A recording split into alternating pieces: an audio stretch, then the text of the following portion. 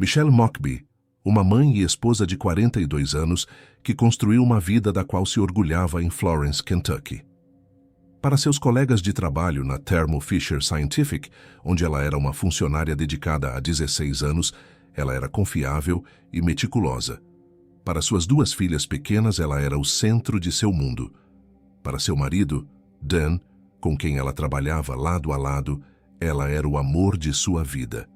Na manhã de 29 de maio de 2012, Michelle quebrou sua rotina. Um feriado no dia anterior a forçou a ir ao escritório antes do nascer do sol, muito mais cedo do que o habitual, para cuidar da folha de pagamento. Ela entrou no vasto complexo de escritórios e armazéns, um local tão seguro que o acesso era rigidamente controlado por cartões-chave. Menos de 2 horas depois, seu corpo seria encontrado em uma poça de sangue. O ataque foi brutal e a cena do crime estava trancada por dentro. Em um prédio onde apenas 13 pessoas tinham acesso naquela manhã, a polícia sabia que estava caçando um assassino que estava entre eles.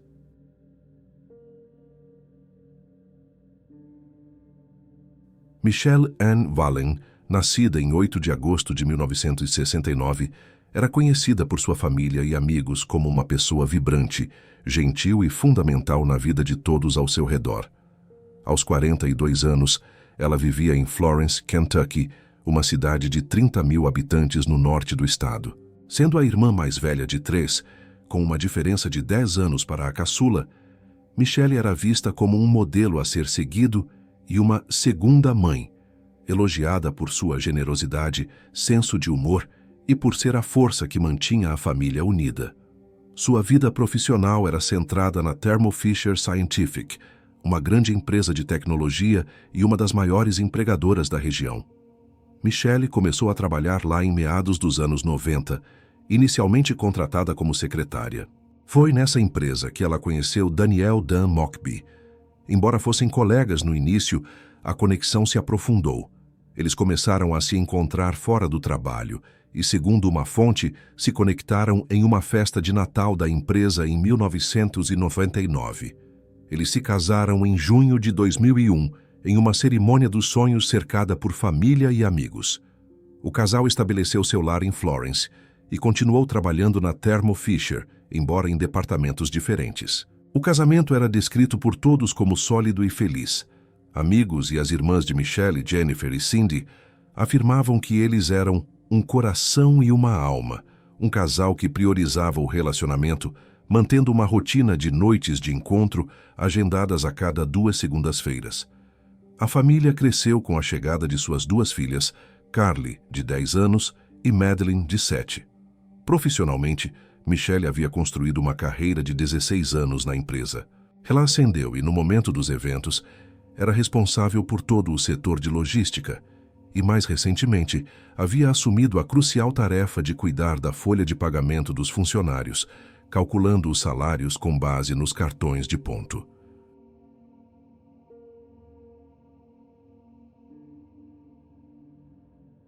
A rotina meticulosa da família Mockbee foi alterada na semana do dia 28 de maio de 2012. Aquele dia, uma segunda-feira, foi o feriado de Memorial Day nos Estados Unidos, e a Thermo Fisher Scientific permaneceu fechada, assim como a maioria dos estabelecimentos.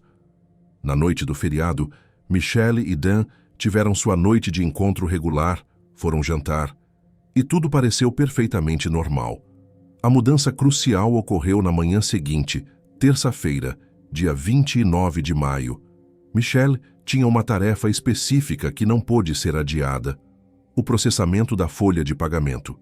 Ela tinha um ritual para essa tarefa.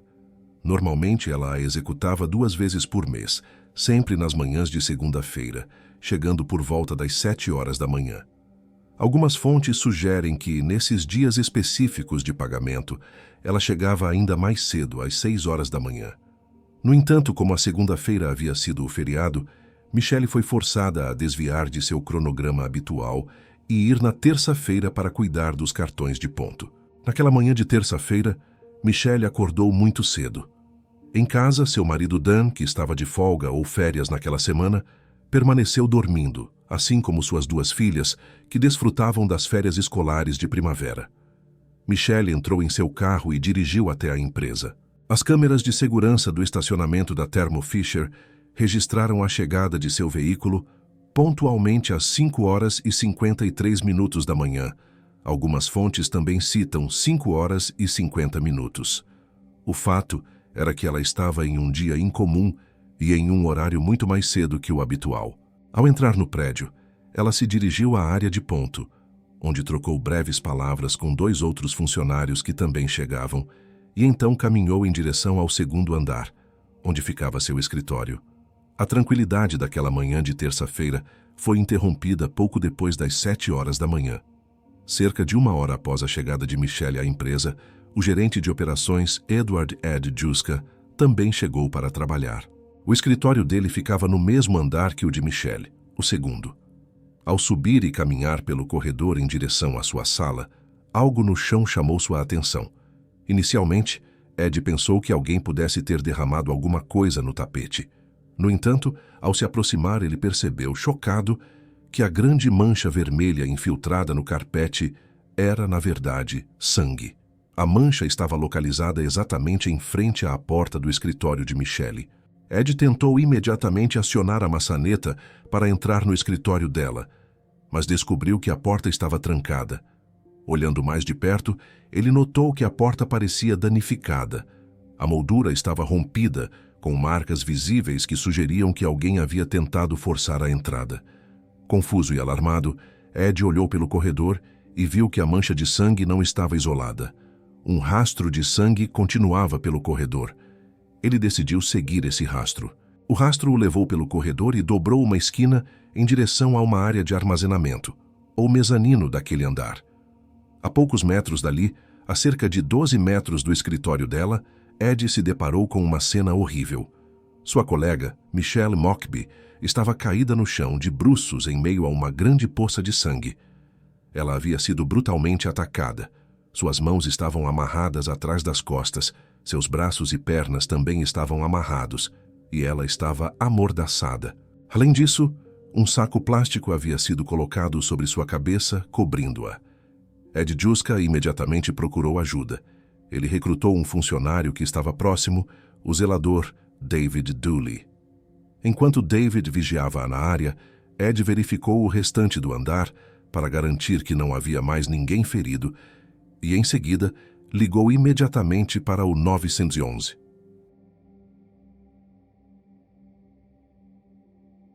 A investigação policial começou imediatamente e a análise forense pintou um quadro sombrio dos últimos momentos de Michelle. A autópsia confirmou a brutalidade do ataque. A causa da morte foi traumatismo craniano, resultado de pelo menos 4 golpes contundentes na cabeça. Além das lesões fatais, a médica legista, Dra. Gregory Wegener, observou outros ferimentos graves. Michelle tinha o braço direito quebrado em 2 lugares, uma lesão que a perícia atribuiu ao ato de ela ser arrastada violentamente pelo chão.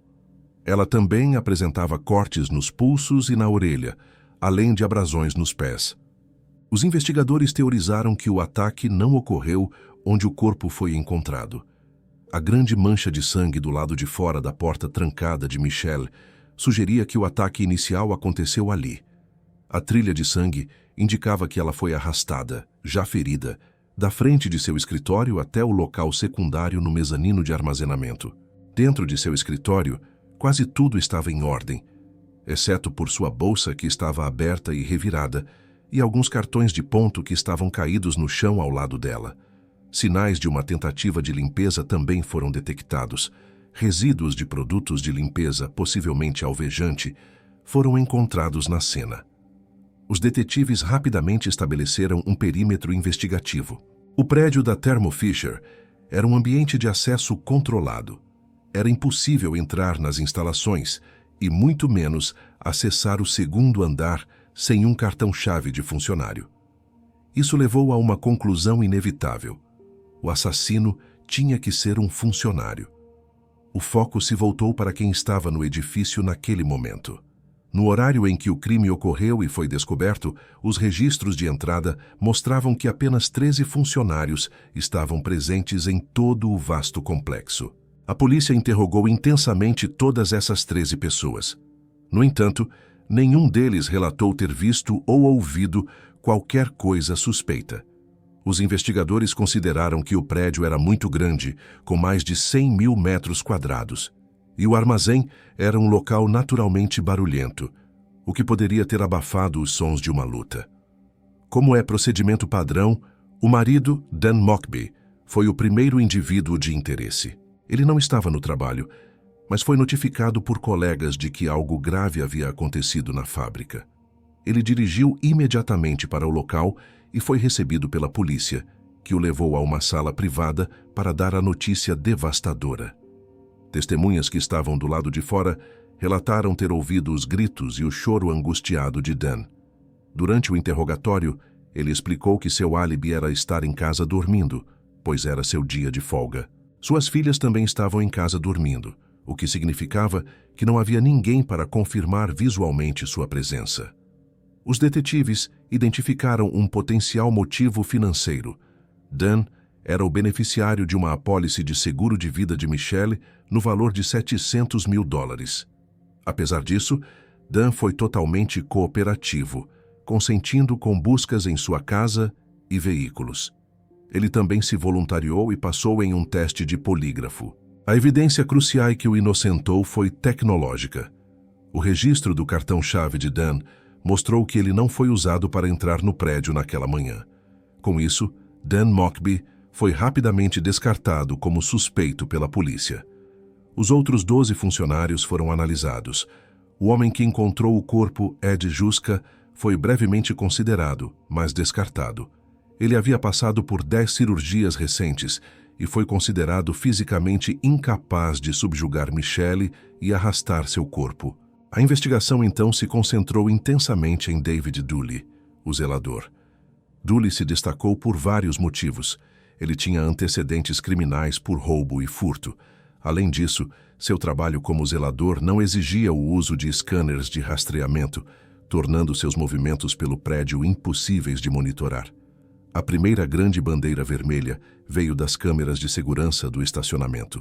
O vídeo mostrou o caminhão vermelho de Dooley saindo em alta velocidade às 6h31 da manhã, menos de 40 minutos após a chegada de Michelle. O caminhão retornou entre 7h e 7h08 da manhã. Dooley não havia mencionado essa saída em seu depoimento inicial à polícia. Quando confrontado, Dooley ofereceu álibis conflitantes. À polícia, ele alegou que dirigiu os 30 minutos até sua casa para verificar sua esposa, Janet, que também era faxineira lá, afirmando que ela estava doente e não atendia ao telefone, e que ele ficou ansioso após a descoberta do corpo. No entanto, os detetives também interrogaram Janet. Ela deu uma versão totalmente diferente, dizendo que David voltou para casa porque havia rasgado a calça e precisava se trocar. Mais tarde, Janet alegou ter problemas de audição, sugerindo que ela poderia ter entendido mal o marido. Para complicar, um colega de trabalho, Joe Siger, testemunhou que Dooley lhe disse exatamente o que Janet havia dito, que ele saiu porque rasgou as calças. Dooley, ao falar com os detetives, negou veementemente a história da calça rasgada, indicando que ele estava mentindo. Essa história levou a outra linha de investigação, as roupas. O colega que viu Dooley retornar às 7h da manhã notou que ele usava tênis brancos super limpos, o que era estranho, já que os funcionários do armazém e da limpeza deveriam usar botas de trabalho com biqueira de aço. As buscas subsequentes nunca localizaram as botas de trabalho que Dooley usava naquele dia, nem a suposta calça rasgada. Provas físicas começaram a se acumular. A análise forense da porta arrombada do escritório de Michelle encontrou marcas de ferramenta. Uma busca no armário de David Dooley na empresa revelou uma chave de fenda. Os peritos determinaram que as marcas na ferramenta eram consistentes com as marcas deixadas na moldura da porta de Michelle. Além disso, o DNA de Dooley foi encontrado no saco plástico que estava sobre a cabeça de Michelle. No entanto, essa prova tinha uma complicação. Havia também um segundo perfil de DNA, desconhecido, no mesmo saco, que não pertencia a Dooley nem a Michelle. A arma do crime, um objeto pesado e contundente, nunca foi encontrada. A equipe de autópsia, liderada pelo Dr. Wegener, teorizou que os ferimentos no crânio eram consistentes com um dispensador de fita de metal pesado, uma etiquetadora. Vários colegas de trabalho corroboraram essa teoria, confirmando que um dispensador de fita desse tipo sempre esteve na área de armazenamento onde o corpo foi encontrado, mas que havia desaparecido misteriosamente após o assassinato. O comportamento de Dooley também levantou suspeitas.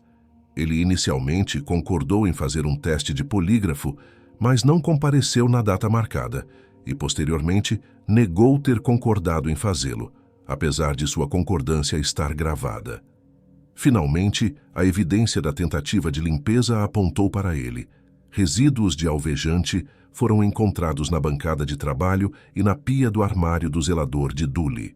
Além disso, ficou claro que tarefas básicas de limpeza, como esvaziar lixeiras que deveriam ter sido feitas naquela manhã, não foram realizadas. 4 meses após o crime, em setembro de 2012, David Dooley foi preso e acusado pela morte de Michelle Mockbee. O caso foi levado a julgamento em 2014. Desde o início, a promotoria enfrentou um desafio significativo. Eles não tinham a arma do crime, nenhuma testemunha ocular e nenhuma confissão. O DNA encontrado no saco plástico também apresentava um perfil desconhecido, complicando a evidência. O caso seria puramente circunstancial. Para os jurados, a promotora Linda Talley Smith montou um quadro detalhado, rastreando os passos de todos os 13 funcionários que estavam no prédio naquela manhã. Ela demonstrou que todos, exceto Dooley, tinham seus paradeiros confirmados por scanners ou testemunhas. Dooley era o único com um período de tempo inexplicado. Foi então que a promotoria revelou a peça central de seu caso: o motivo. A investigação descobriu uma fraude de cartões de ponto orquestrada por David Dooley e sua esposa, Janet. Janet Dooley, que também era funcionária da limpeza, estava recebendo pagamentos por dias que nunca trabalhou. David Dooley batia o ponto para ela. Em um exemplo gritante, os registros de um mês anterior mostraram que Janet recebeu salário integral, como se tivesse trabalhado todos os dias às 7 horas da manhã, mas as câmeras de vigilância provaram que ela só apareceu na empresa 2 vezes durante todo o mês. Michelle Mockbee, conhecida por ser extremamente correta e meticulosa, havia assumido recentemente a responsabilidade pela folha de pagamento. A promotoria argumentou que Dooley entrou em pânico, temendo que Michelle descobrisse a fraude. A teoria final do crime foi apresentada. Dooley não foi ao 2º andar para matar Michelle. Ele foi para invadir o escritório dela e roubar as evidências físicas da fraude, os cartões de ponto dele e de Janet. Ele não poderia saber que Michelle, quebrando sua rotina, chegaria em uma terça-feira e tão cedo. Ela o teria surpreendido em flagrante. Como prova final desse motivo, a promotoria apontou para os cartões de ponto encontrados caídos no chão do escritório de Michelle. Os únicos 2 cartões que estavam faltando naquela pilha eram os de David Dooley e Janet Dooley. Após uma longa deliberação, o júri retornou. Eles inocentaram Dooley da acusação de sequestro, pelo ato de mover o corpo, mas o consideraram culpado de assassinato em 1º grau e de adulteração de provas. David Dooley foi condenado à prisão perpétua, com 5 anos adicionais pela adulteração. Ele continuou a declarar que era inocente. O caso parecia encerrado, mas em 2016, 2 anos após a condenação, uma grande reviravolta chocou o sistema judiciário local. Os advogados de David Dooley entraram com um pedido de anulação do julgamento, citando má conduta grave da acusação e da polícia. 2 revelações bombásticas vieram à tona. A primeira foi a descoberta de que o detetive principal do caso, Bruce McVeigh, que já estava aposentado, e a promotora principal, Linda Talley Smith, tiveram um caso extraconjugal. Embora ambos afirmassem que o relacionamento começou apenas após o término do julgamento, a revelação levantou sérias questões sobre conluio e conflito de interesses. A segunda revelação foi ainda mais prejudicial e surgiu do fim amargo desse relacionamento. Linda Talley Smith escreveu uma carta de 18 páginas para McVeigh, na qual o acusava de ser um mentiroso, pessoal e profissionalmente. Na carta, ela o confrontou por permitir que ela conduzisse um julgamento de assassinato completo, sem nunca lhe contar a verdade sobre aquele vídeo. Este vídeo era uma prova crucial que a promotoria e a polícia possuíam, mas que nunca foi entregue à equipe de defesa de Dooley, uma violação legal grave. O conteúdo deste vídeo tornou-se um ponto central de discórdia. De acordo com algumas fontes, o vídeo foi gravado no dia anterior ao assassinato, o feriado de Memorial Day, em 28 de maio. Ele mostrava um homem desconhecido rondando o estacionamento da Thermo Fisher por horas, parecendo tentar forçar a entrada no prédio fechado. Outra fonte descreve o vídeo como sendo da noite do assassinato, 29 de maio, às 8h11 da noite, mostrando um homem não identificado jogando algo em uma lixeira perto da entrada. Independentemente do horário exato, a importância era a mesma. A defesa argumentou que este homem misterioso era um suspeito alternativo viável que eles nunca tiveram a oportunidade de investigar ou apresentar ao júri. Em maio de 2017, um juiz realizou uma audiência para revisar essas alegações. A decisão foi unânime. A supressão de provas, combinada com o comportamento inadequado da promotora e do detetive, minou a integridade do primeiro julgamento. O juiz anulou a condenação de David Dooley e ordenou que um novo julgamento fosse realizado. A família Mockbee e David Dooley tiveram que reviver todo o caso novamente quando o segundo julgamento começou em fevereiro de 2019. Uma nova equipe de promotoria assumiu o caso, liderada por John Heck, que após revisar os arquivos, afirmou acreditar na culpa de Dooley. O caso permaneceu inteiramente circunstancial. A promotoria reapresentou a mesma cadeia de evidências: o motivo da fraude dos cartões de ponto, as inconsistências nas histórias de Janet, o DNA de Dooley no saco plástico, a chave de fenda em seu armário, que correspondia às marcas na porta, e a saída inexplicada do caminhão às 6h31 da manhã. Desta vez, eles enfatizaram o desaparecimento das botas de trabalho com biqueira de aço de Dooley, sugerindo que ele as descartou porque estariam cobertas de sangue. A nova promotoria também abordou proativamente o vídeo do homem misterioso, mostrando ao júri que o homem não agiu de forma suspeita nem tentou invadir o prédio. A equipe de defesa de Dooley adotou uma nova e ousada estratégia. Primeiro, eles admitiram abertamente que David Dooley estava roubando a empresa. Eles confirmaram que ele estava fraudando os cartões de ponto. No entanto, argumentaram que ser um ladrão não faz dele um assassino. Em seguida, eles redirecionaram a culpa, apontando para o homem desconhecido no vídeo, e mais agressivamente para o viúvo, Dan Mockbee. A defesa apresentou um motivo claro para Dan: a apólice de seguro de vida de $700 mil.